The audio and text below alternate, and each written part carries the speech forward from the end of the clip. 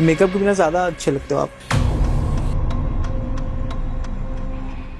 সুদিন হয়েছে তো কি হয়েছে, বিগ বসের ঘরে এবার কৃতিকার উপর কুনজর। তারই প্রতিশোধ নিতে বিগ বসের ঘরে আবারও হাজির হলেন পায়েল এবং বিশালকে তুলোধনা করলেন বিগ বসের সামনে।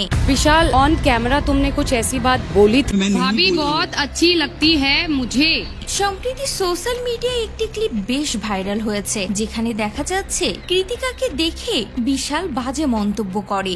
সে বলে ভাবিকে মেকআপ ছাড়া দেখতে বেশি সুন্দর লাগে। শুধু এখানেই শেষ নয়, কানে কানে বলেন আমি খুব গিল্টি ফিল করছি কারণ আমি ভাবির প্রতি ক্রাশ খেয়েছি। আর এই বিষয়টি চোখ এড়ায়নি কৃতিকার বড় সতীন পায়েল মাল্লিকের। তাই তো একেবারে বিগ বসের ঘরে এসে তারই প্রতিশোধ নিতে দেখা গেল পায়েলকে। मैं बोलूंगी तो फिर मैं गुस्से में बोलूंगी। পায়েল সরাসরি রেগে গিয়ে বিশালকে প্রশ্ন করে, তুমি পায়েলকে নিয়ে কেন এমন কথা বলেছিলা? রীতিমতো থতমত খেয়ে যায়।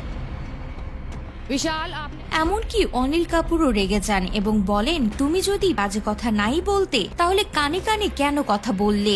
वापस गोल गोल गोल गोल गोल गोल। এদিন পায়েল মল্লিক রেগে গিয়ে বলে, তুমি বলেছিলে মেকআপ ছাড়া ভাবিকে দেখতে আমার সুন্দর লাগে, যে কথাটা আমার ভালো লাগেনি। তোমার কৃতিকাকে নিয়ে এমন কথা বলা উচিত হয়নি। बहुत गलत थी।